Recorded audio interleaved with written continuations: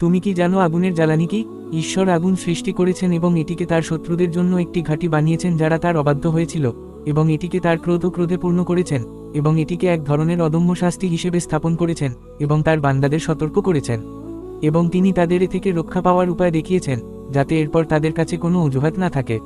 এবং এই সমস্ত সতর্কীকরণ সত্ত্বেও কিছু লোক অবাধ্য হতে এবং একগুঁয়ে হতে অস্বীকার করেছিল।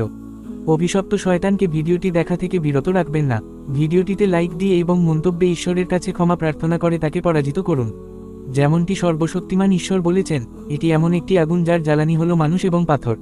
আমার সাথে কল্পনা করো, হে দরিদ্র দুর্বল মানুষ, এই পাথরগুলোর আকার কত? নবী সাল্লাল্লাহু আলাইহি ওয়াসাল্লাম বলেছেন, যার প্রাণ তার হাতে, সে পাহাড়ের মতো পাথর। আর এটাই কি যথেষ্ট? না, হে মুহাম্মদের প্রভু, বরং এটি দেহগুলিকে গ্রাস করে এবং অঙ্গ প্রত্যঙ্গ গ্রাস করে। আমার প্রিয় ভাই, তাদের অবস্থা বিবেচনা করুন যারা নির্যাতিত, এবং তারা বিভিন্ন ধরনের যন্ত্রণার মধ্যে রয়েছে, এবং তারা জাহান্নামে এমন যন্ত্রণা ভোগ করে যা পাহাড় সহ্য করতে পারে না, এবং অঙ্গ প্রত্যঙ্গ যা সহ্য করতে পারে না। এবং শিকল এবং শেকলের ভারে তারা কি কষ্ট ভোগ করে তা জিজ্ঞাসা করবেন না, কারণ তাদের গলায় শিকল রয়েছে এবং শিকল খুলে ফেলা হচ্ছে। তারপর 70টি হাত বিশিষ্ট একটি শিকল দিয়ে তাদের পরিচালিত করা হচ্ছে। নবী সাল্লাল্লাহু আলাইহি ওয়াসাল্লাম বলেছেন, এটি তোমাদের আগুন যা আদম সন্তানকে জাহান্নামের আগুনের 70টি অংশের একটি অংশ জ্বালাবে। তারা বলল, আল্লাহর কসম, যদি যথেষ্ট হয়, হে আল্লাহর রাসূল। তিনি বললেন, কারণ এটিকে এর উপর 69 অংশের চেয়ে শ্রেষ্ঠত্ব দেওয়া হয়েছে। এগুলো সবই এর আগুনের মতো।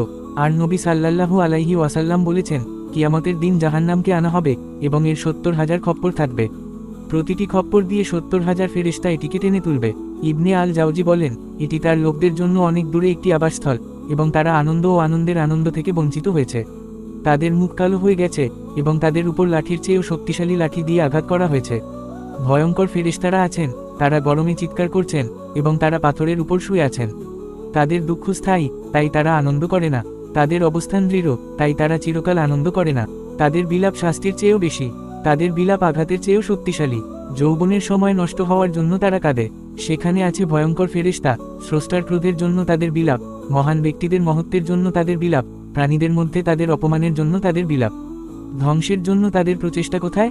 পাপের জন্য তাদের প্রচেষ্টা কোথায়? ঘুমের অন্ধকারের জন্য তাদের সাধনা কোথায়? যেন স্বপ্ন ভেঙে ফেলা হয়েছিল, তারপর সেই দেহগুলি পুড়িয়ে ফেলা হয়েছিল, এবং যতবারই সেগুলি পুড়িয়ে ফেলা হয়েছিল, সেগুলি পুনর্নির্মাণ করা হয়েছিল। তাদের উপর ভয়ঙ্কর ফেরেশতারা আছে।